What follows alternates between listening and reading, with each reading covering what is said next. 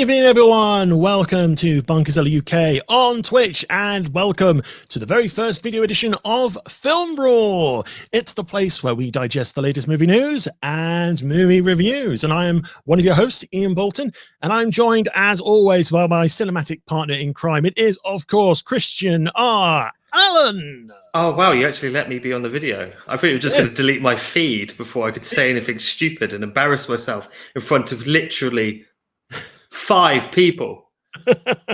Hopefully the numbers will go a little bit up. But yes, we have lovely backgrounds, obviously, of our recording locations. Obviously, we've got a theme. We've got backgrounds of DVDs and Blu-rays, and I've gone out of focus already. This is a great start to our Twitch generation, but oh well. It's because your camera's so excited to see your Blu-ray collection. Yeah, and my pops. And your pops. How much money have you spent on your pop vinyls that you're never going to take out of their box or like play with at all? Toys are for playing with, Mr. Bolton. I like keeping them in the boxes. I'm a sensible person. I can't wait to put you in a box. I don't know why I said that. That's mean. I love you. I'm sorry. But if you look, I've got some great things. You can just see there's my Lord of the Rings box set, and then my Hobbit box set, which is and I have a Lego Wally, which me and my partner totally didn't almost break up with each other, arguing over how to fit the right shade of grey. There's 3 shades of grey.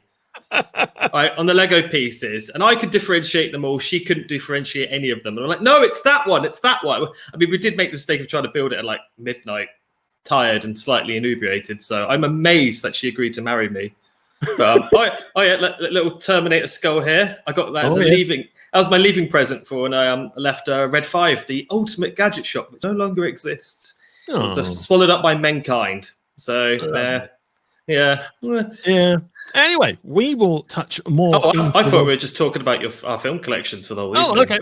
Okay. Well, if we're being quick, there's lots of stuff on that side. Actually, let's do main view so you can actually see me. There we go. So on this side, it's random crap. On this side, it's a bit more stuff that I probably will end up keeping and not sell on eBay. So which ones am I allowed to steal? The ones on your left? The ones on my right. Yeah. Oh, bring me on my right. Directions, cameras, it's amazing. Welcome to Film Raw live on Twitch. So yes, as we are in the age of Twitch streaming, we do invite you to share your movie going antiques with us this evening in the Twitch chat. Now we have engaged follower mode, so you will need to be a follower to take part. Don't worry, it costs you nothing. Just click the follow button and then you can chat with us all you like. So let us know what you've watched, what you're looking forward to seeing, and all your movie related thoughts. So hopefully if we have some time towards the end of the show, we will go over some of them and obviously engage as well. But for now, if you haven't listened to a Film Raw episode before, and we do have it available on good podcast channels, you can go download it now. Apple, Spotify, whole 20 episodes already there. So go in. I think it's like nearly 24 hours worth of content. You can catch up in a day. It's amazing. But yes, if you're very familiar to Film Raw, we always begin our episodes with our cinematic weeks, and it's basically how it's what we've been watching over the last 7 days or since the last episode. So as tradition, Christian, you are up first. So what have you been watching? I've been watching nothing because I decided to take a week of solitude in a dark space. That's not true at all. I've watched too many films, so I'm only going to give you the bare essentials. I am a huge fan of the Wachowskis, especially The Matrix, which is my favorite film of all time. I am absolutely obsessed with them. As recently, I'd never seen their directorial debut, Bound, which is it's the film poster. Did you? Oh, I like that. I mean, I'm completely cut off. Hey, there we go. You see my beautiful face again. It's basically, how could I describe it? It's a gothy, lesbian, gangster heist movie. And I hope I would have sold it by then. Have you seen it before? I have seen it many years ago during the student uni days. I think isn't it supposed to be more noirish as well? It's neo-noir is probably the best way to describe it. I mean, it's really interesting. You can tell this film is it almost feels like the Wachowskis are practicing because they know they're about to make The Matrix. I mean, my understanding, this film was they wrote The Matrix had already been written. Someone could correct me if I'm wrong, but my understanding is The Matrix was what they sold to the studios, and the studios were like, "Yeah, we'd love to make that, but we're not giving you $100 million." You're two people who have never made a movie before. Mm-hmm. Can you show us that you can make a movie? And Unbound appears to be the result. I really, really enjoyed it. Okay. Yeah, I thought Gina Gershon and Jennifer Tilly, who played the two femme fatale leads, who strike up a romantic relationship. Yeah, their chemistry is great, and the dialogue, it's a bit hammy, it's a bit cheesy, but I think it's aware of itself enough where it comes across as more sort of like it's winking at the audience, and it never loses its cool as far as I was concerned. Joe Pantoliano plays Caesar. If you're a fan of The Matrix, he's obviously Cypher. So he seems to just be cast as Or if you watch Bad Boys, he is of course the chief in Bad Boys. All three. Yes, he is, absolutely, yeah. And if you've watched his greatest movie, Baby's Day Out, I think he plays the baby. I'm not sure. I can't remember. Oh no! I remember when I bought The Matrix on DVD back in the day. Had all the actors' film credits, which is great for me because I think this was before IMDb, or at least like back in 1999. And I realized that his film credits, Baby's Day Out, was like noticeably absent. Oh, you're like, it's like, yeah. I think if Lawrence Fishburne was in it, he would be proud of that. Like, he seems like he's cool enough to go, yeah, I was in that film. So what? Like, but no, if you're a fan, sticking with the sort of lesbian neo-noir crime drama, I actually watched coincidentally Mulholland Drive for the first time. I've been jumping into. Hello, I've been. We need to work out the position of these posters, but like I've been jumping into David Lynch's filmography because I realised again, similar to the I think I mentioned this a couple of weeks ago, sort of like Paul Thomas Anderson. I realised that I had only seen one or two of their films. I was a big fan of The Elephant Man when I first watched it. I rewatched that recently as well, and I think that still holds up. Although I've since discovered that the real Malik wasn't as brutally victimized in real life as he's portrayed in the film, and he was actually quite a showman who promoted himself as the Elephant Man. So it's like really interesting story there. I jumped into that to Mulholland Drive, and yeah, I love surrealist film. Normally when I watch a surreal movie, I can kind of get a vibe of what I have a definitive interpretation of the story. This, I was just like, I have no idea what's happening. Absolutely. I mean, I enjoyed it. I'll probably watch it again. I'll probably watch it a number of times just to work out what the bloody hell was going on. Isn't that the point of most David Lynch films? Well, I mean, yeah. Like, I can't really argue with that, really. I mean, it's interesting how The Elephant Man and Dune probably his most two conventional films, even though there's nothing really conventional about them in some respects. But yeah, it was very odd, and I really liked it, and I think I need to watch it several more times. I mean, you can tell it feels as though Lynch is channeling some inner resentment towards his experiences in Hollywood. Because are you familiar with the film? Have you seen it recently? Or I know of it. I haven't watched it. David Lynch as a filmmaker, I haven't really engaged a lot with his. Did he make the film with? Oh no, that's Cronenberg. I think that's Cronenberg. Robert Pattinson in a limo. Yeah, I think you're right. Yeah, that's not Lynch. Yeah. I haven't. Then yeah, I have rarely watched a David Lynch film. Oh, we need to throw you in. We need to get you into like Lost Highway or something like that, or even Twin Peaks. I've dabbled into Twin Peaks, and I feel like I need to just spend a weekend with a lot of alcohol or coffee. Actually, would probably be more appropriate, and just to binge the entire free series now in a movie. But no, it's basically it's Naomi Watts. She plays a aspiring young actress called Betty who travels from Canada to Hollywood to fulfill her lifelong dream, and she discovers a mysterious woman who's suffering from amnesia, played by Laura Harring. And yeah, they basically try to retrace her steps to work out who she is and why she can't remember. But obviously, It's kind of you feel like you know what's happened to her going into the film, but the film keeps changing all the time. The narrative is very fluid, and is more than happy to throw you into the occasional dream sequence that may not necessarily be a dream sequence. So I do go into it as blind as you can. I think my description enough should be just to sort of give you a rough impression, but I liked it a lot. And okay, let's put it this way: if you watch it and you like it, you'll probably like David Lynch. If you watched it and you hate it, you probably won't like David Lynch. Okie dokie. So let's talk about your third film. Now, we want to make sure we don't cover your face up with the poster. So if you lean slightly to your left and right and we'll introduce it, go ahead. My third film I watched this week was Wes Anderson's directorial debut, Bottle Rocket. Yay! I just realized my R's and W's were really struggling to pronounce like every word in that last sentence. It's a very quirky, again, sticking with crime, oddly enough. It's a heist movie. Only imagine a heist movie directed by Wes Anderson. Yep. Yeah, you've got it. You've got it. I mean, he hasn't quite decided that every single frame should be like a two-dimensional composition, like out of a picture book.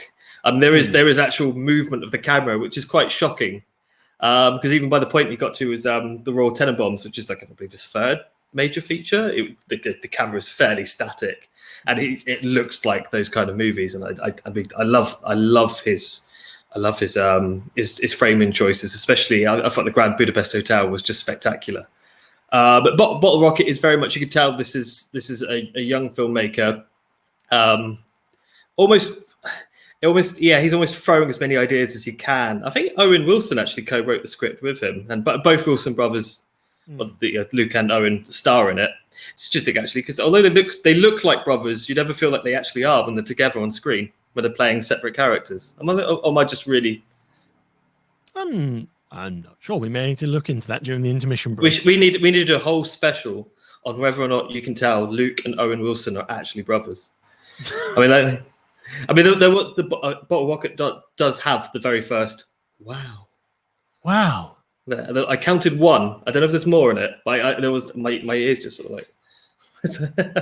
My favorite video of all time on YouTube is Star Wars, but all the pew pew pews are replaced with wow.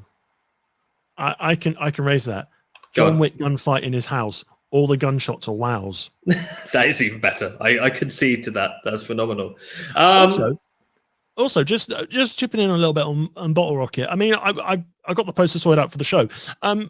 Looking at it, it doesn't necessarily. I was aware it was a Wes Anderson film. It doesn't, from the poster, it doesn't scream Wes Anderson to me. I've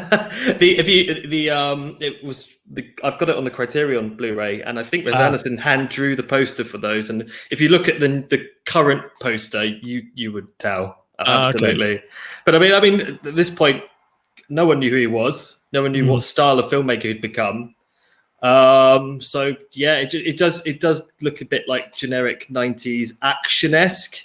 Yeah, let's bring up the poster again so we can show this. It's like yeah, hang on, there we go. So yeah, they're not really criminals, but everybody's got to have a dream. Luke Wilson looks a bit strained. Yeah, that does not really convey the spirit of this movie at all. No, I could imagine now a younger me when I was at my uni days, and I would go into like late night Asda after I finished a cinema shift. I finished at 12 or something like that. Asda's open 24/7, so I'll go get some food. I'll have a look in the DVD section and see if there's something cheap and actiony or something. I would look at that and kind of go, this looks like it could be up my alley if it was like £2 or £3, and I'd probably be very disappointed with it. It's like that poster is clearly lying to you. And it's not a Wes Anderson film. Yeah, it's definitely not up your alley. I think you would have been bitterly disappointed. You might have enjoyed it, but the problem is you would have been going into that film thinking you're getting a very different film. So it is more Napoleon Dynamite than it is Die Hard. So I should have said a fistful of dynamite if I wanted to keep to the sort of like action name there. Oh no, that doesn't really work. It doesn't matter. We're only live. We can cut it out. Cut it out. Do it live. Do it live. Oh, that's it. 17 minutes in, and we've quoted Fox News. We're officially alt-right. Fantastic. But no, that's been three quite different movies. I mean, I wouldn't necessarily bundle them together, although they are thematically similar. I guess Bottle Rocket and Bound were released around at the same time, so maybe a very interesting double feature. Okay. Cool. I mean, I do like Wes Anderson as a filmmaker. I do enjoy a lot of his films. I love the animated ones. I love Fantastic Mr. Fox. I like Isle of Dogs. Budapest Hotel is superb. I'm being a bit colder towards some of his older films. I mean, Royal Tenenbaums. My brother was really keen on it, and it was a film that we did watch quite a lot. But I never really engaged with it. Same with Rushmore. But the later film, I love Rushmore. I think Rushmore's my favorite Wes Anderson movie. But it's interesting you say that. Wes Anderson's my partner's favorite filmmaker, and the one film she doesn't like of his is The Royal Tenenbaums, and I adore that movie. I guess I might just be Wes Anderson trash, but like, oh well, shall I proper fanboy. Well, no, I'm not going to lower the bar with my choices because it's my turn now. So now I will do the game of trying not to be covered up by the film poster. So I'm going to go this way and go da da da da da Superman 2, something like that. That's the second one, isn't it? That is the second one. Because obviously last episode we watched Superman the movie at the cinema. Never watched it properly at the cinema. Really enjoyed it. Obviously, we both gave it 5 stars, and you can listen to that episode now on podcast channels. So I actually was looking to buy kind of like the other Christopher Reeves ones, but obviously it's like I was looking around. It's like, oh, I was really curious to see the Richard Donner cut, and yeah, I could watch it online for like a tenner or something like that. But then I found the complete box set of all the Christopher Reeve ones and Superman Returns for about 20 quid, brand new, shrink wrapped on Blu-ray, including the Donner cut. So it was like, all right, quick purchase on payday. So yeah, I watched this on Sunday, and what did you jump? Did you? Because I've only ever seen the theatrical cut of Superman 2, so the Richard Lester version. So did you watch the Donner cut first? Yeah, I've only watched the Donner cut because Richard Donner directed the first one. I kind of thought, well, I'd like to see how his vision for Superman would have progressed. So the story for our viewers, Richard Donner directed the very first Superman film, Christopher Reeves. He filmed it during the same time so they filmed that and Superman 2 back to back. They were trying to do it all in one go. However, Richard Donner got fired from the film due to budget issues, due to kind of script issues and all that sort of stuff as well. So Richard Lester comes in and finishes off the film, adding in some new humor or new scenes and so forth. And everyone and it wasn't really thought of again until many years later. About 2006, Richard Donner was invited by Warner Brothers to revisit the film. It's very similar to what we were talking about.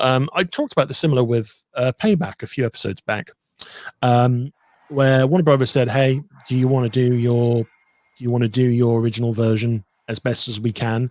And Richard Donner worked with another editor. They used the film they had left over, so forth, and just kind of rebuilt the film as they see fit. There's one or two segments are kind of filmed with or kind of animated to make it kind of look like, oh yeah, we've put it all together, so it's like seamless. It's noticeable if you look for it, but it's fine. It's fine. But yeah, generally the plot for Superman 2 is General Zod and his friends who got locked up at the start of Superman the first movie. They've broken free and now they've arrived on Earth. They've discovered they have the same superpowers as Superman and so forth, and they decide, yes, we're going to take over this planet.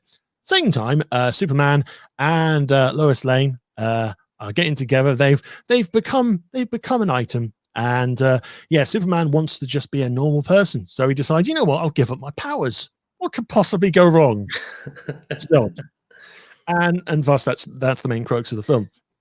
And I don't know, it's just like something is missing here that I really enjoyed from the first one.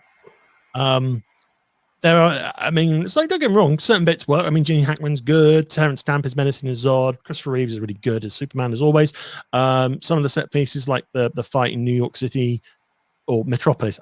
Not New York. It's Metropolis. Yes. Get that right. It's a comic book reader. All great. It's just, I don't know. something's missing. And the funny thing is, this is shorter than the first film. It's like, but it felt more of a slog, I suppose. I don't know. It's my problem was that I mean, I can only talk about the theatrical cut, obviously, but I just found the fight sequences with Zod and the other Kryptonians, it just didn't really work for me. It became just too much of emphasis on gags over drama. Well, with the first Superman movie, there was humor, but it's a bit more restrained. The film takes itself seriously. I think my problem with Superman 2, it was the first. It started to make fun of itself a bit too much, and I would not recommend 3, and I would definitely avoid number 4. They've kind of come with the DVD set, the Blu-ray set. Are you going to give them a go?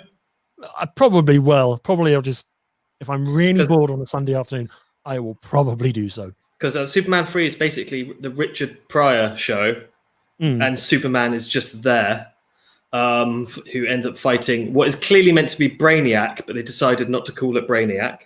And then Superman 4, famously, all the budget was siphoned off to other productions. And it's one of the cheapest, nastiest looking movies that's ever been made. It's incredible how poor the special effects are. Okay. Like it looks, Superman 4 looks worse than Superman 1, like dramatically worse. Oh, okay. Yeah, I actually maybe worth watching just out of curiosity, especially the villain is so ridiculous. I've got it on the Blu-ray set. Might as well, when I've got some time, I'll do it. It's kind of like the same tier as maybe Batman and Robin. I don't know. What did you think of Bryan Singer's attempt to sort of reboot the series with Superman Returns? Because that Superman Returns, as far as Singer's concerned, is part 3, but only to the Donner cuts. It's a strange parallel continuity. I remember watching it at the cinema, and I didn't take to it too well. It's like you were bored as much as I was. I thought Brandon Routh was excellent. It was basically he was a good Superman, but the problem is he was surrounded by. It's like when we were talking about Henry Cavill in the last episode, in the last audio podcast. The material he's been given is not good. It's can only work with what you're given. Yeah, true. Quick shout out to Man Like Curl. Hello, hope you're having a very lovely Wednesday evening. So yeah, sticking to the films. Let's stick with DC a little bit, and let's bring me back onto main screen here. And I'm going to bring up another film poster, and I'm going to lean this way for. Oh, this is fun. All this we're learning. This is Wonder Woman Bloodlines. This is currently one of the DC animated movies. Came out in 2019. Come back over here, and I will bring you back into the fray, Christian, because I need to talk to you. There we go. Yeah, this is just this is kind of like another Wonder Woman origin-esque story. The basic plot line is like the first 15 minutes of the film. It's the whole Steve Trevor arrives on Themyscira all again. But this time it's kind of like this modern day Steve Trevor. This is not like World War I Steve Trevor from the Gal Gadot films. Wonder Woman saves him. They decide that they must go back over to America to help fight the injustices and the wrongs. And yeah, it's basically A to B Wonder Woman origins. But we see a little bit of Wonder Woman sort of starting to get adjusted to new modern culture. So she's sort of spending time with a archaeologist and her daughter, and kind of learning more about learning quite a lot. And then from there, it kind of, you catch up like maybe 5-10 years later, and then basically it's a plot that revolves all around their history and all that sort of stuff. The animation is good. Sometimes a lot of the tail end or the recent DC animation stuff has not been very vivid or kind of eye-popping, I suppose. This is pleasing. This is pleasing to watch. Voice cast with Rosario Dawson as Wonder Woman, Jeffrey Donovan as Steve Trevor. Good, entertaining. But I think there's a slightly better Wonder Woman animation out there, and that's the one with Kerry Russell as Wonder Woman and Nathan Fillion as Steve Trevor. It's one of the very first DC animated films that they did with the whole sort of DVD line, like Superman Doomsday, Under the Red Hood, stuff like that. So they're both worth checking out. But if I had to pick one, it would be the Kerry Russell one. So there's that, and then we're going to drift into spoof territory a little bit because I looked around on, it's like lots of these different video app services you would have like watch these movies free. So I thought, I'll just have a little browse around, and I discovered the Kentucky Fried Movie, which is a film that I watched many years ago and watched quite a lot because I do love a good spoof movie. This is the directorial debut of John Landis and also the writers behind Aeroplane and Naked Gun. And simply, the Kentucky Fried Movie is a collection of shorts, skits, and all that. So it's like very weird things like infomercials about what to do if someone's died, or even they have a board game advert about who shot JFK, which I think I shared to you last week because yes, it's like, you did. Oh, we talked about JFK. Christian will like this. And there is a main segment of this film where it is like a 30-minute spoof of Enter the Dragon. So it's basically, it is a proper like a mini 30-minute spoof of Enter the Dragon. So you've got that in the center, but it's sort of curtain-tailed by all these different little sketches. So you've got sketches like someone goes to the cinema for Feel-O-Vision, and basically they sit in an auditorium, an usher is stood behind them, and they're acting out stuff behind them. So it's like if someone's been getting a massage, they sort of put their hands down on the person's shoulders and start massaging them. They're kind of throwing drinks at someone. They just basically, if someone gets thrown a drink on the screen, they just sort of pour water or something over them or something like that. It's some of the jokes are still quite funny. Some of the jokes are still a little bit.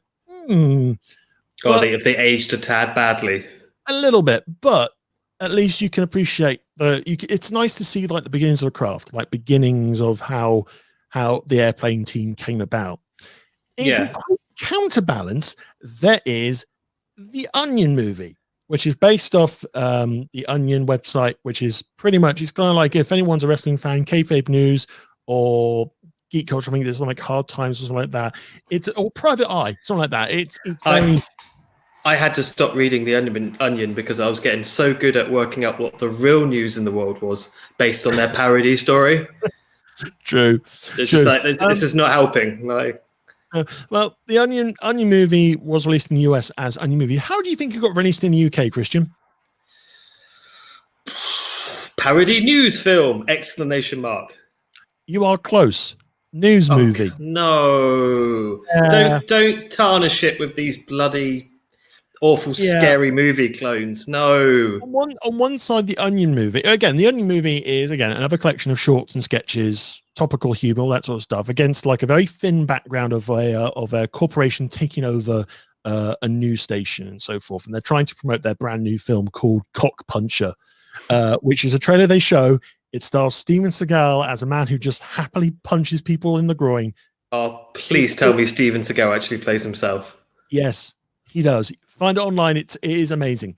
And this is before his bizarre downward spiral. It's fascinating. I can't wait for a movie about the life of Steven Seagal. I mean, he definitely thinks he could beat anyone in a martial arts contest. True. So yeah, it's like I said, I think some skits do work, some don't. Some are very questionable nowadays. This film came out. Are you talking about the Onion movie or Onion movie? Yeah, this film came out about mid-noughties. So some stuff that's you might feel a bit.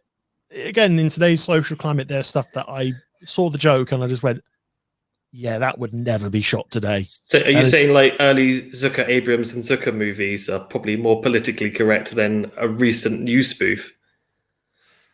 They were more focused and not more about shock value. I think the Onion movie was trying to do shock value, which I do get. Well, ZAZ, they were more focused on silly slapstick and that.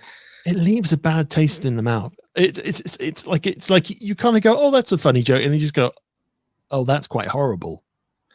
So it's just it's like I watched it many years ago. I revisited because I saw Kentucky Fried Movie and this was available to rent. I probably won't watch it again, to be honest. The greatest parody movie of all time you need to watch if you haven't watched it recently is, of course, Hot Shots Part 2. Part But I loved you, Wall Street. such a good joke. It's like beautiful. It's the more deaths than Terminator 2 line that just gets like. I think more deaths than Rambo combined. Yes. I think I had more sold than the Rambo sequels. I don't know.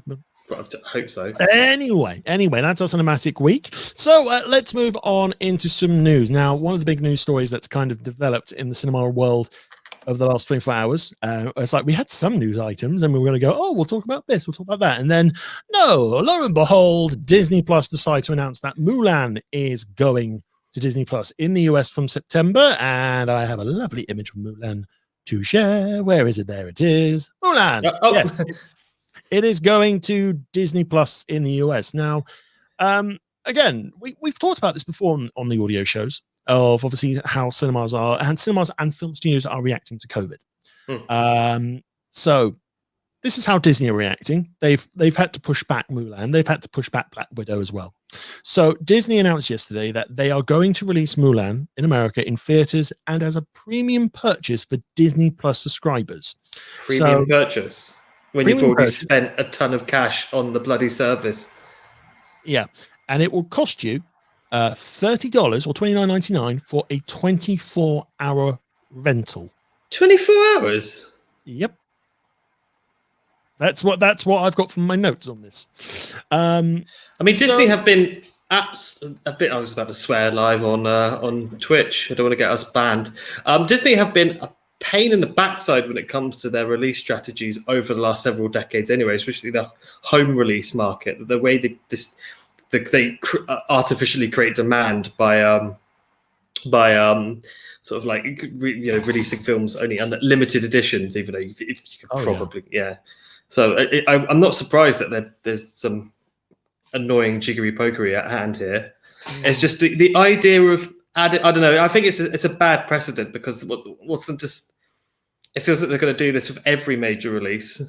This obviously COVID's come in, and the whole landscape has changed. There's no denying that. And yes, studio, and we've talked about it before, and we'll talk about it again here now briefly. That studios need to find a way to get their budgets back for these big movies, and to a degree, it's coming back to bite them in the arse a little bit by spending exorbitant amount of money on films. Because if there's not an audience coming in to deliver that budget back in the first 3 days, there's not much point.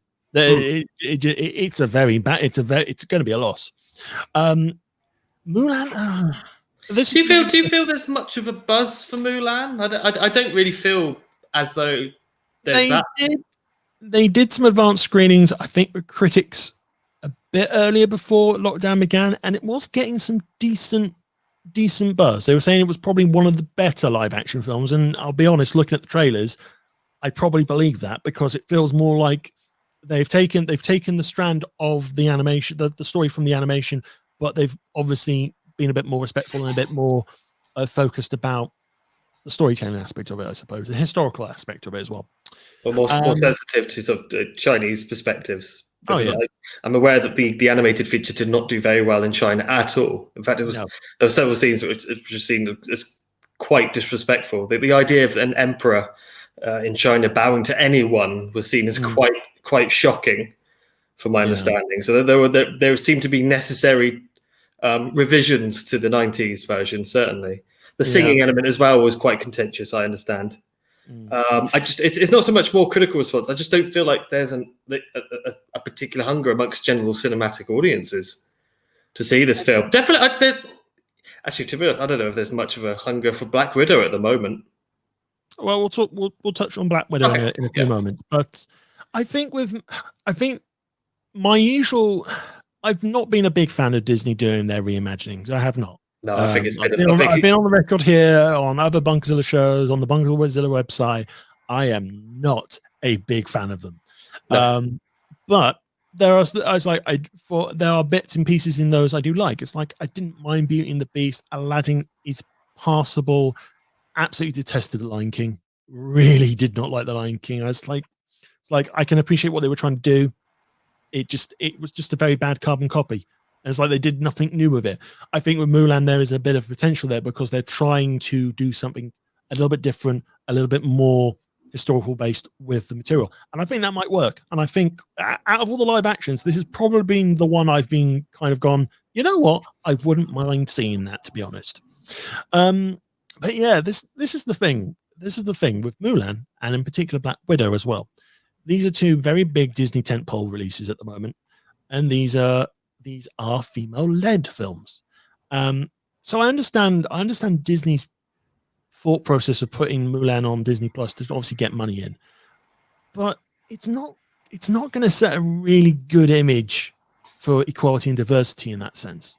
It's like you've got these big tentpole releases with these characters, and you're just going to go, no, you can just go and see it first on a small screen because we can't put them in cinemas right now. And the what's the word? It's like the default response is, oh, but it's COVID's fault. It's like, no, that doesn't show you have faith in this movie. Is it, or basically, or you are impatient? Yeah, they just want. I mean, Disney are struggling. By the looks of it, Disney are taking huge hit. I mean, with the theme parks and whatnot, and shutting down of the film production side of things. So this does feel like get bums on seats, like by just making a small cash injection at the expense of what could be. Well, I think I'm swayed by your perspective. Actually, what could be a cinematic event. Yeah, I mean, like I'm still not too sold on Mulan, but that's probably just, to be honest, I think I have a bit of burnout with Disney. The live action, I have not been. I'm with you. I haven't been impressed by a single live action Disney remake. Even the more popular ones, I did not take to Jungle Book at all. And Beauty and the Beast, I don't know how I was so bored when the animated feature, which is almost identical, is one of my favorite movies of all time. So that's an achievement. So yeah, I guess I'm just a little bit just lost interested in Disney at the moment. I think their corporate practices, this weird obsession of buying everything over the last several years. Like, did Disney really need Star Wars? Did Disney really need 20th Century Fox? Did Disney really need all of Hulu? Sorry. It's just yeah. Anyway, so yeah, I've been looking at Twitter on this as well. And yeah, there's a good portion of what it's kind of split at the moment. Some people really want this film to be on a big screen. They really want to see Mulan on a big screen. They really want to see Black Widow on a big screen. But then there's I think out of the two, Black Widow definitely deserves. I mean, it deserves to have that prominence there. Yeah. Oh, sorry, you were saying? Sorry, you broke up a little bit there. Do you want to quickly go over your point again? Oh yeah, I was going to say. I think out of the two, I think Black Widow definitely deserves the prominence of a major theatrical release. I'm still slightly annoyed that Captain Marvel, which I thought was all right, has sort of like the tick box of being the first female-led MCU movie. When we had the perfect character ready to go for like several years, and it just never gave us it. Like, people were screwing. I mean, what am I saying? I mean, Captain Marvel made $1 billion at the box office. So I was, but yeah, I'm desperate for a Black Widow movie. I love that character. I thought ScarJo was perfectly cast, and it's been it's that and a Hulk movie, the ones I'm most desperate for. Although my understanding is a Hulk movie is just too much of a legal quagmire at the moment with Universal, so that's why he's had more prominent role in. That's why he's had more of a prominent role in, say, the Avengers or for Ragnarok. Is there an argument that are some people taking numbers the fact that these two female-centric sort of major releases might be downgraded in a way to like the sort of the more political angle of it? It's taking Twitter by storm. Is that what you're alluding to? Yeah, that was sort of what I was looking at when I was looking through Twitter. So I wasn't deliberately looking for it, but that was the kind of the vibe I was getting. Because like I said, there's divide in when you look at things like Black Widow, or when you move over to a film like Black Widow, the demand and the divide is quite striking. It's like a lot of people go, I don't want to pay $29.99 for Mulan, but I will do for Black Widow. But then again, it's that, what message does that send to audiences? Or I mean, if I would like to see both these in a cinema, to be perfectly honest. We've talked about price points before. $29.99 is again. I mean, I think it's the fact that it's on a streaming service you've already spent quite a bit of money on. Yeah. The promise, I don't know. It felt like when you joined up to Disney Plus, the agreement was you would get all the content. I mean, if this works for them, they will do this for every other film. Yeah. I'm amazed they haven't done it for Hamilton, actually. Well, here's the thing. So, Hamilton was supposed to be at cinema release last year, but then Disney decided, you know what, we'll bring it forward, we'll put it onto Disney Plus. There used to be a 7-day trial for Disney Plus. That went out the window the moment Hamilton came on, because obviously they're from an understanding point of view, they don't want people to just go and get Disney Plus for free. So you can see Hamilton, which has been a musical that's been in demand for years, like nearly a couple of years now. West End, Broadway, ridiculously in demand. So Disney don't want to give it away for free. The other issue as well with something like this for Mulan, and even if they do go ahead with it for Black Widow, is the piracy aspect of it. Because a lot of say YouTube places, YouTubers, or even just standard websites and stuff like that, they talk about VPN. They promote VPN sort of stuff, and those services can allow you to watch other countries' versions of Netflix and so forth. And yeah, fair enough. Fair enough. There's people have a need for that, but that can easily backfire. That sort of stuff just. Basically, if I was putting a film that I was putting online first, a big one that I've spent money on, I would be very cautious and worried about the potential piracy aspect of it. Yeah, because I think piracy is seeing a bit of a resurgence anyway of late, from my understanding, mainly because of the fragmentation of the streaming market. It's just there's too much competition now, which is strange, because you don't want a monopoly like one Netflix emerging. You want several, but the problem is people are being priced out of. They're having to make a decision. Like, I can afford Netflix, but I can't have Amazon. So it makes sense. But I'm surprised. I thought piracy was dead because of these we have access to everything through legal means. Yeah. But yeah, I think. I don't know. My instincts just tell me Disney Plus. I mean, I could be wrong. You could look back in this in several years' time and laugh at me. But my instincts tell me Disney Plus is not gonna be the savior of Disney as it thinks it is. And I already feel like there's people are losing interest in Disney Plus pretty quickly since its initial launch about 3 months ago. Yeah, we'll have to see how it pans out. I mean, at the moment, Mulan is still destined for a UK cinema release, hopefully in August. Not officially confirmed, but some places are still saying it's coming just before Tenet comes in. Mm-hmm. So we'll have to see what happens. Do let us know your thoughts as always, guys, in the Twitch chat.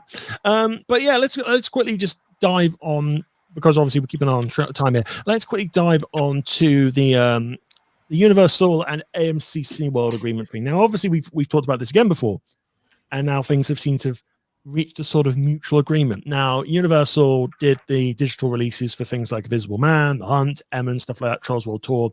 Cinemas, like AMC in America and Cineworld in the UK, were not happy. And they were not. This public spat began.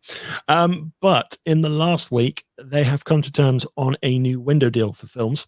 So basically, the average film window is about 3 months. 3 months from screen to, and then you can throw it onto digital, whatever you want to do. It used to be a lot. It used to be a lot longer. Remember? Oh, it's like a year, maybe. Yes, yeah. This new deal takes it down to 17 days. 17 days. Yep. So after 17 days, after it's been released at a cinema, Universal can decide to release it on other platforms. They can send it to things like Netflix or Hulu or Amazon or something like that. They can send their films to those platforms after 17 days. But on the flip side, cinemas will get a little bit of a kickback, or kind of not like a kickback, but kind of like they'll get a little bit of financial incentive. So they'll get some profits out of that anyway. So it's nice that they've kind of come to terms on that.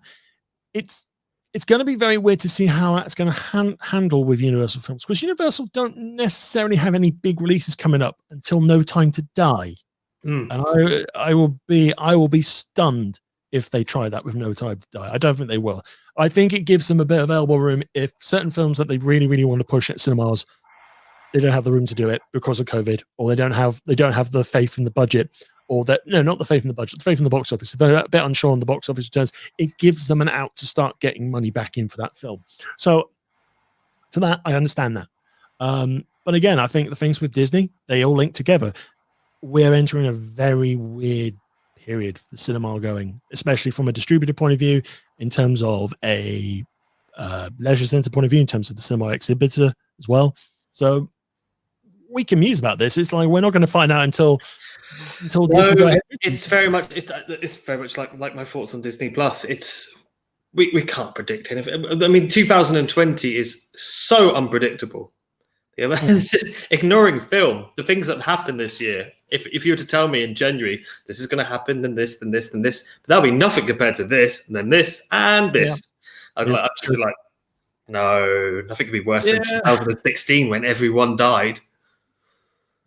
Well, we'll have to see how that pans out.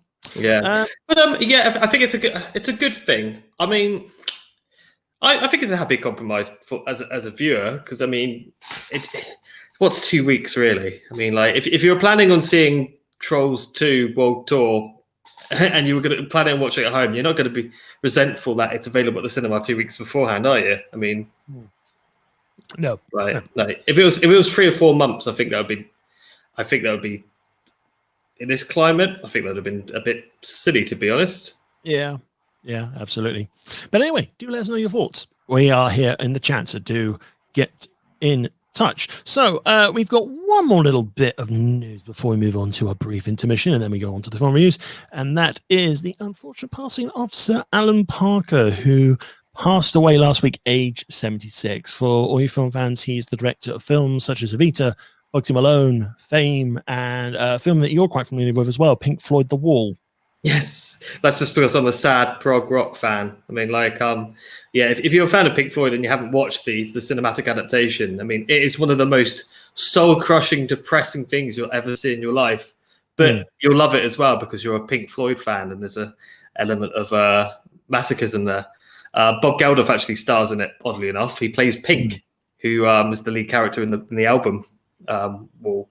So he's the one who sort of slowly deteriorates as a rock star and becomes a strange hybrid fascist figure. Bob Geldof famously despised Pink Floyd and hated being in the film. Was miserable all the way through. So if you hate Bob Geldof, watch Pink Floyd The Wall. Like my favorite Alan Parker movie is actually it's not one of the so most people would probably say either Bugsy Malone or Evita. They're probably the two that stand out. Mine's actually Angela's Ashes.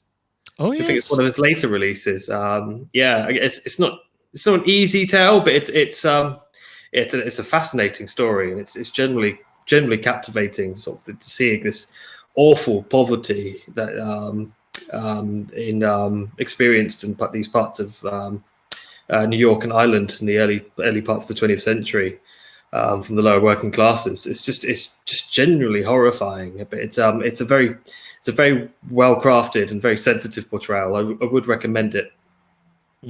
Yes. But yeah, it's actually quite interesting. I think Andrew Lloyd Webber on Twitter talked about it in light of his passing.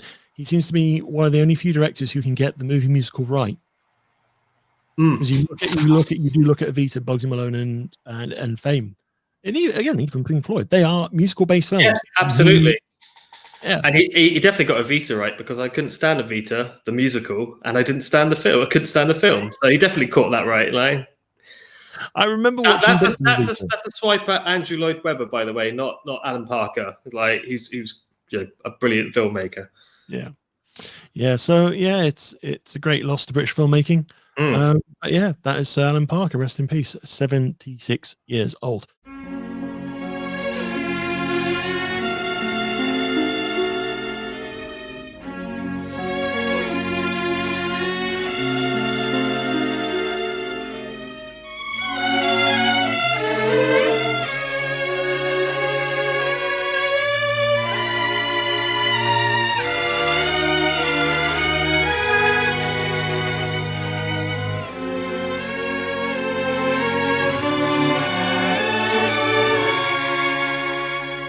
Right, let's try this again. Let's bring in Christian.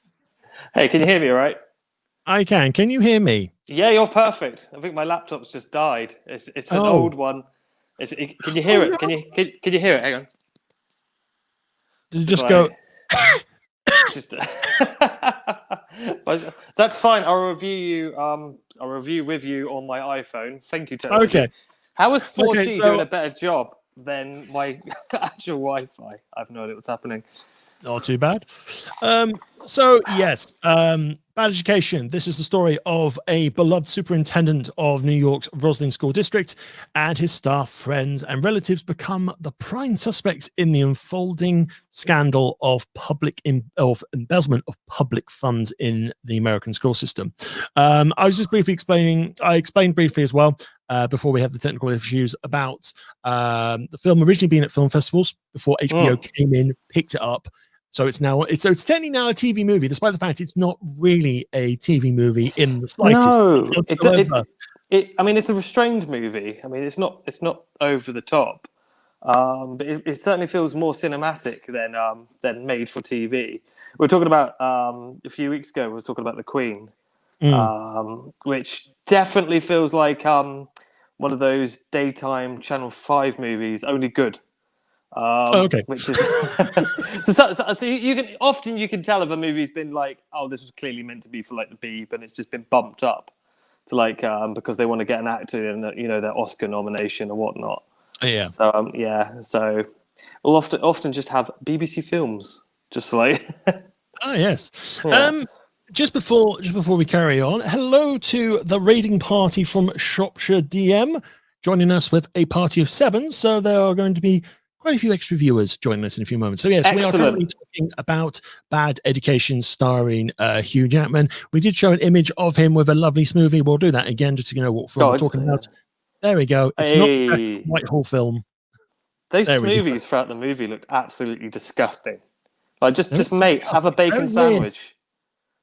It's very weird. It's very weird indeed. Anyway, so yes, that is Bad Education in a nutshell. One of the things I was about to touch on before we had our technical hiccup a little bit earlier is Hugh Jackman, because this is a complete change of direction, because we've been so used to seeing him as Wolverine. Or singing his heart out. Yeah. And here he is being kind of like the schmaltziest, like deputy superintendent. It's like he's a superintendent. It's like he's the most schmaltziest superintendent. And it's like you're kind of drawn in by his charisma, but there is something not right with this man. Yeah, his performance is excellent, and as you're right, he gives enough charisma to draw you in, but he leaves enough space in his performance for you to sort of doubt like his true intentions. So it's a masterly performance, and I hope he. I think he's been. We were talking about earlier. He's been nominated for an Emmy. Yes. I don't know if he could be nominated for an Oscar as well, because I don't know. No, that's a shame, because it's definitely. I feel like this is his best performance to date, and he is definitely driving this movie. I mean, there's great performances all the way through. In particular, I think Alison Janney as well, who sort of plays kind of. I don't want to talk too much about it, but she's the one who initially is implemented for the terrible crime of stealing millions and millions of dollars. That's pretty much the opening set of the movie. It's like but yeah, the sequence that in question that kicks it all off is she's accidentally left the school credit card with a relative who's doing DIY. No, it wasn't an accident. He just it was an accident. No. He was just incompetent and left too much of a trail. Yeah, he goes to every DIY store, clears it almost out, and just going, "You're spending quite a lot of money, sir. Do you want to be a platinum member, or do you want our sort of preferred account status?" And then it's like there's also like a little side bit with another member of Alison Janney's family kind of going, can I go get a PlayStation for my son because he really wants a PlayStation? Okay, just put the receipt on my desk in the morning, it'll be absolutely fine.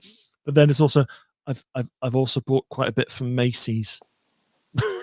And it just spirals out of it's like once like the Pandora's box has been opened, And it gets worse and worse and worse because there is a reporter character. A student reporter. Student reporter. I do not know the actress' name off the top of my head. Oh, it's Geraldine Viswanathan. She did you catch Blockers with John Cena a few years ago? That's where she's very good at that. Yes, she plays Rachel Bavagra. Yeah, that's actually a fictional composite character. So it was actually a whole group of students who worked on this project. So anyone's unfamiliar with the story, it wasn't the Washington Post. It wasn't like all the president's men.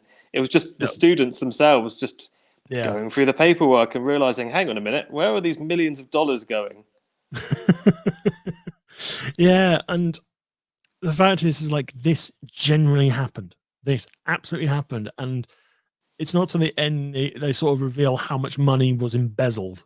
You just can't. You're just. It's infuriating, isn't it? It's infuriating. I mean, like I like a good white collar crime movie. I mean, it's not quite to the same ridiculous levels as say the Wolf of Wall Street or that kind of film. This is quite a, like I say, this is quite a restrained movie. I mean, are you familiar with Corey Finley's previous work, Thoroughbreds? I'm aware of it. Have not seen it. It's very good. I mean, if you enjoy Bad Education, I would recommend this. I mean, it was definitely that film was zero budget. It was basically a story about two teenage girls from the sort of like higher class. He seems to be quite interested as a storyteller in this sort of like this alien world to me of like this affluent Americana. I could not imagine living the lifestyle they live throughout this film. And in Thoroughbreds, it's about two girls, one of which is a psychopath, and her friend tries to manipulate her into murdering her evil stepfather because she knows full well that as you do. That's kind of the premise of that film. I would recommend that. I was a big fan of that, but it kind of just fell under the radar. I don't think many people really picked up on it. So I was quite excited to watch this when I realised who was attached to it. And again, also the fact that Hugh Jackman is in it and he's great. But no, this is a really very tight, sharp script as well. That really helps. Just feels very. I think it's like a chap called Mike Mikowski. I keep trying to say Mike Wazowski. No, so that's not the same. Otherwise, people think Billy Crystal's written this. Yeah, just like with his one giant eye, obviously. Yes. No, I really took to this. I thought this was an excellent movie, and I'm really excited to see what Finley does going forward, because it's two films he's directed now that I've really enjoyed, and they are definitely getting bigger and better. I think the best way to sort of put this film forward to people is if you like these sort of films. I'm very familiar with the Steven Soderbergh films like The Informant and The Laundromat and stuff like that. It feels like a very similar pattern. Those films, I think, are a bit more comic in nature. I don't get that with Bad Education. There is comedy elements to it, but there's a spring. Yeah, I agree. There's a few. It's not so much there are jokes in the film. It's more the situation being portrayed is. I mean, there's an element of it's darkly funny. And some of the elements of Hugh Jackman's character, sort of like, although he's clearly committing terrible crimes, and he's or is he? You just have to a lot of plastic surgery as well in the film. It's just there's a recurring theme where he's clearly desperate to avoid aging, despite the fact that he's in his 50s, or presumably to match real life Hugh Jackman. And it's subtle. It's not in your face. Like you see the occasional like magazine dedicated to extending your life, and he's drinking those god awful health smoothie. Like I said just now, I don't know if you call it. Just eat a bloody bacon sandwich, mate. You'll be so much happier. Just like there is a bit in the film towards the start where he's going, "I really need a carb," and he starts eating some Chinese sandwich, and it's like, "What's going on, man? Eat a carb, please." So yeah, I think that is pretty much Bad Education in a nutshell. Like I said, you can watch this on, if you've got Sky or Now TV, you can watch this right now. And before we properly wrap up Bad Education, we have to do the star rating, and I have jingle noise for star rating. So it's time for star rating.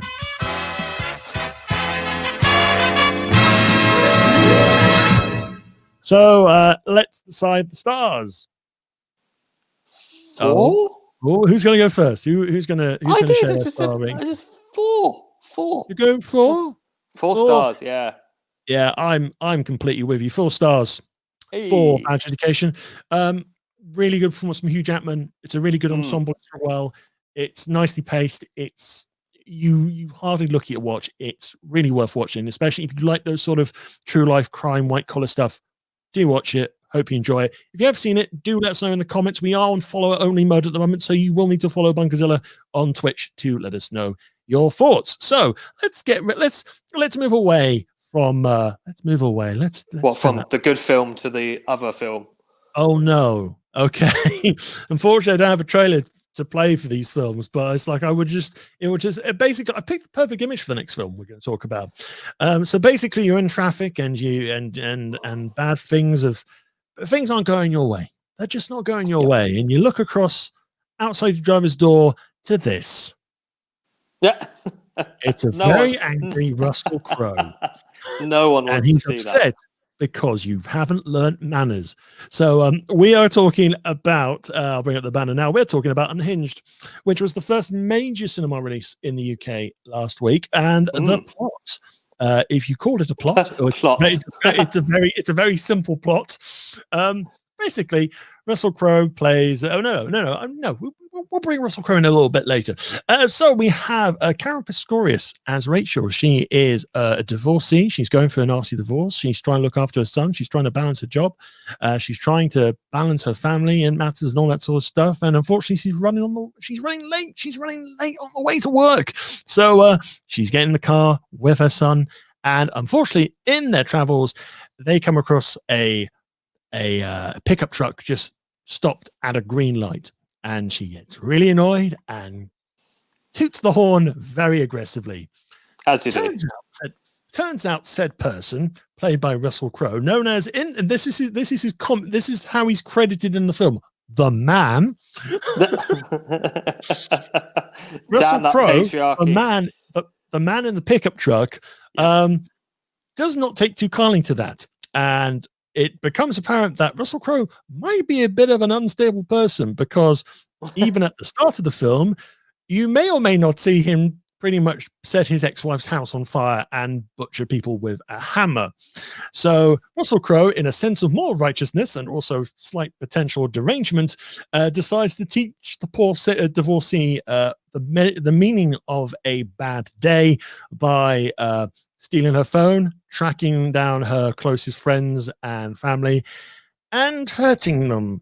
And basically, she needs to stop him before people really, really get her. And that is the film in a nutshell. I'll let Christian come in a second, but basically, the thing is of Unhinged. Unhinged is basically the film that this reminded me of is Red Eye. It's a Wes Craven film, starred Rachel Adams and Cillian Murphy. It's about a couple who meet on a plane. It's like they're taking like a 15-minute plane ride from one destination to the other, and they're getting on so well. And then the guy just turns around and says, "Oh yeah, I've got a trained sniper on your dad. You need to help me do something nefarious, or I'm going to kill him in the next 50 minutes." And it's kind of like a real-time thriller. But the fact is, the film's about an hour and 25 minutes anyway. It's like it's zippy, it's quick, it's fast, it's to the point. I kind of get that with Unhinged. Unhinged just gets straight into it. It's basically, yes, Russell Crowe is angry. He's nasty. He will probably kill you if you really upset his moral righteousness in that sort of sense. And then unfortunately and then we see his potential next victim, and it's just a simple crazy game of cat and mouse for again 85 minutes, because this film is ridiculously short.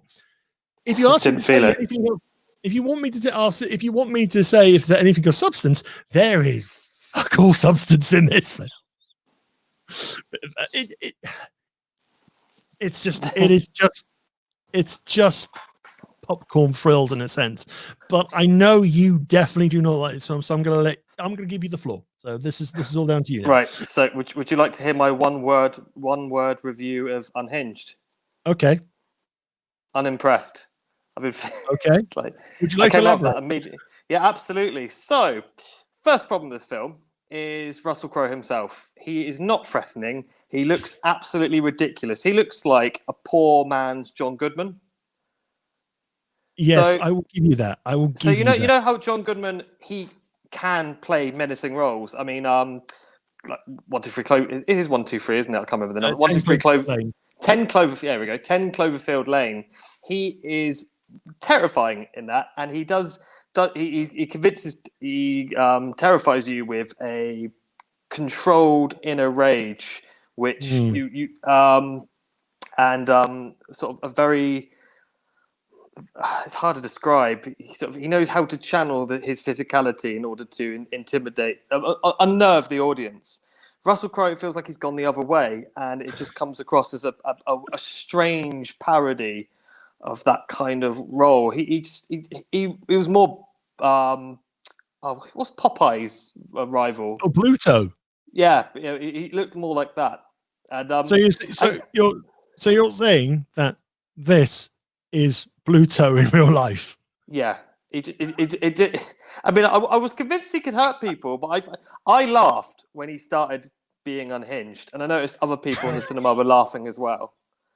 I mean, like, and his accent is so strange. I'm not sure if he actually settled on what American accent he was using, because it did change halfway through the movie. Or it's certainly his opening scene, his accent was different.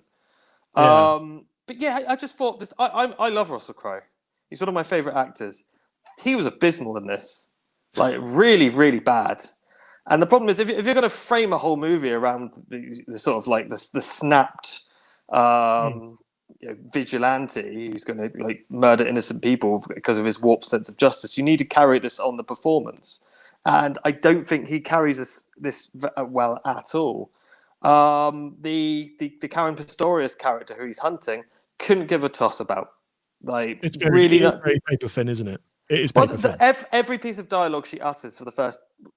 It's about a good 10, 15 minutes before she actually encounters Russell Crowe. And every piece of dialogue is designed to tell you who this character is, how she's suffering in life. You know, like the struggle she's facing as a single parent, going through a bad divorce, and all the surrounding characters as well. I don't feel like I'm actually engaging with real people. I feel like I'm being told, this is the plot. This is what's going to happen. I mean, like, everything is shoehorned in. It feels like the script, there's a lot of twists throughout the movie. I say twists. There are moments, is probably a better use of the word. There are moments throughout the movie that have clearly been reverse engineered. Like the screenwriters thought, oh, it would be cool if this happens. Oh, wait a minute, that doesn't actually work because that wouldn't happen in real life. I'll write a scene explaining it at the beginning of the film why this person made this decision, which makes no sense. It's true, though. I mean, there are 3 or 4 moments like that in the first 10 minutes. There are things that happen that are very odd that no human being would do or say, just designed to cause problems later on. And it's so clunky. The script is so first draft. It's like painfully first draft. It needed a good, like a serious polish. Because again, like I say, the dialogue is it's expositionary or superfluous. At no point am I really convinced Russell Crowe is unhinged. It's just strange. Like I say, it's a poor man's John Goodman. Here's a question. So you say Russell Crowe is not convincing. Would you think it would be a bit more? Ignore the script issues. Throw the script issues to the side. But let's talk about trying to set what would actually shock an audience. Would you think it would be more in line? Would it be better to bring in someone you don't expect to be that sort of character? Because I know, I mean, people have done that before and it's had middling results. Sometimes we've had some really good roles. We've had Robin Williams in Insomnia, 1 Hour Photo. We've had Steve Carell in Foxcatcher. So do you think it would have worked better by bringing an actor who is normally known for being kind of nice or being kind of, like an Adam Sandler or that kind of. Yes. No, possibly, and that might be Adam Sandler or someone like that. That might be the problem, is the fact that there's this feels. You know what? Actually, thinking about it, this feels like a parody of Russell Crowe. Do you remember that episode of South Park from about 20 years ago where he's on a tugboat going around punching people? It's like that taken to an extreme. Yeah, I think the casting's wrong. He's just not. You're right. It's just a bit. It doesn't. I mean, another thing the film does, they cast every single person in the ensemble, aside from Russell Crowe, obviously, is physically smaller than him, like almost half his body mass. Even regardless of the character's gender. Yeah, and I don't know if that's an intentional design to make him more menacing, but again, it just comes across as weird because I don't see them as all small. I just see him as unusually large. And he's not large in an intimidating way. He's just big. Like you get I'm imagining some of the. I get what you mean. I'm just imagining some of these quotes on the film poster now. He's just big. He's just a large chap. But I think you're there you are. You're back. This film. Yeah. Yeah, I can see the delay on my feedback as well. No worries. Like I said, it's the first time we're doing this, so we're rolling with the punches. It's all good fun. So yeah, I mean, if I was to sum this up before we go to star rating, because I have a sense of what you're going to give this a rate. Well, I know what you're going to give this. All I see is a dot, and he's back. It's okay. We'll just roll with it. It's fine. There we go. So there are a few things that really do stand out to me about Unhinged, and not in this is amazing way, but it's like this is very telling way. I think in a normal non-COVID-19 world, this film wouldn't even see a cinema. No, this is straight to DVD, isn't it? I feel it would go to DVD because it's like Travolta, even Bruce Willis, even Nicolas Cage as well. No, it's Nicolas Cage, no exception. But a lot of the big time actors are now just dropping to DVD because the films they're getting aren't particularly great, or they're just it's like an interesting film, just bad execution like that. It's just like there are many reasons why films go to DVD. Christian has gone again, unfortunately. Hopefully we will get him back in a few moments' time. But I will carry on talking about my general thoughts. The fact is like this is a film that is designed for straight to DVD or straight to digital, something like Apple TV or even Netflix or something like that. That's how it's designed. Christian is back. Let's just bring him in and I will finish up my argument. So yeah, basically this is a film that could have easily gone anywhere, but through unfortunate, it sounds hard for me to say this or mean for me to say this, but this is through a series of unfortunate events. That's a good, and it's a film connection, huzzah. Through a series of unfortunate events, Unhinged has been able to get a cinema release, which again for a small label as well. I think Altitude again. I mean, yeah, it's great. You've got your film into a cinema. It's really good for a distributor. That's a great thing. It's number one from the UK at the moment. It made over £170,000 in the opening weekend. So again, it's like chump change if you put it up against something like I don't know, Trolls or something like that. But that's the thing. Like I said, I think the point of my argument is it's been put in a very fortunate position for unfortunate events. It's capitalized on it, but in all honesty, it would have gone straight to DVD. Having seen it, I think it's a very silly film. It's a very silly film about a very angry Russell Crowe, or angry large man, as Christian has declared it, or non-threatening large man, or something like that. I don't know. He would have been more terrifying if he didn't actually talk throughout the film. That could have been a solution as well. That would have been a good idea as well. But yeah, I mean, I saw it at the cinema. Because it's about 85 minutes of escapism, I didn't mind it. I mean, I will probably not watch this film again. I will probably not go and buy this on DVD. I will probably not stream this or whatever. And it's just kind of like it's a brief moment for me just to enjoy being in the cinema screen, and we'll just carry on as normal afterwards. And yeah, that's all I can really say. It's like I didn't mind it. I giggled at the ludicrousness of it all especially when the violence kind of just cranked up to like 1,000%, like car crashes and everything all going left, right, and center. Oh yeah, and the meaning of the double tap at the very end. It's just like it's not too much of a spoiler, but the ultimate payback of that line is just ridiculous in itself. That's anyway. One of those clearly reverse engineered scenes. I mean, like another question: some of the murders just don't really make sense. Like what he does with a butter knife to that chap's neck. That's not how you can't just. It would just go over. Wouldn't just. It's not a steak knife. No, but then he's a large man. He would have had the strength and the. I don't know why. I don't know why we're dissecting this. I know it's a film podcast. I know it's a film talk show. It's kind of like I feel the exhaustion in talking about this film. So, are there any final thoughts before we go on to star rating? Any final thoughts before we go on to star rating? Just a really crap movie, isn't it?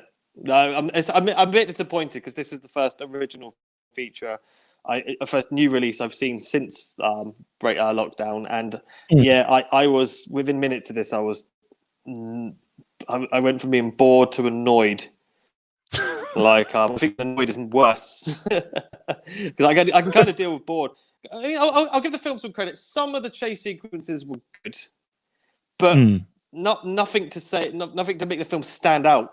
Like there are far better examples of this movie, of this kind of movie, littered throughout the history of film, even in recent times. I just don't see what the. And I understand that one of the themes of the film is stress. But again, it feels like it's been written by someone who's never actually been stressed. No, it's like the idea of stress. It's like I mean, it was stressful watching this film because how much I hated it. But I mean, and with that, I think it's time to star rating. Really, everything about this just sucked. I think on that we shall go to star rating. Oh, hang on. I need to play the jingle. Put your finger down. Oh, sorry. Play the jingle. I'll play the jingle, then you can put your finger back up.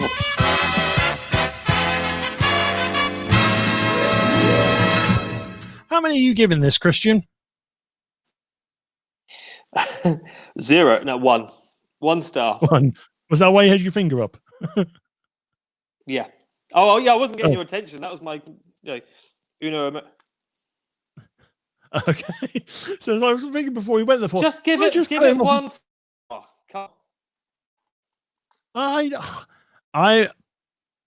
been having the conversation with you about the film because originally I was coming in thinking maybe 3 stars.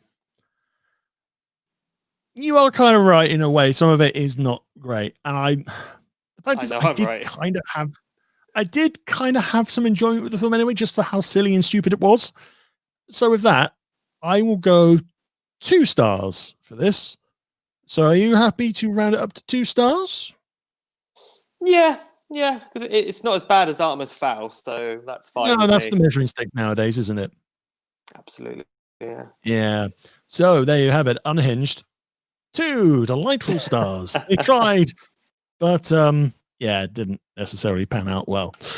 Yes, we are coming towards the end of the show. Thank you very much for tuning in and enjoying the show. Obviously, it's been the first show, so not everything has gone to plan, but you know what? We've had some fun anyway. It's a nice Wednesday night talking movies. It's always nice talking movies. I like talking movies. And I know Christian likes to talk movies as well. I do, and there are less gremlins than I actually thought, despite the fact that I've drained 60% of my phone's battery talking to you this evening. Oh no!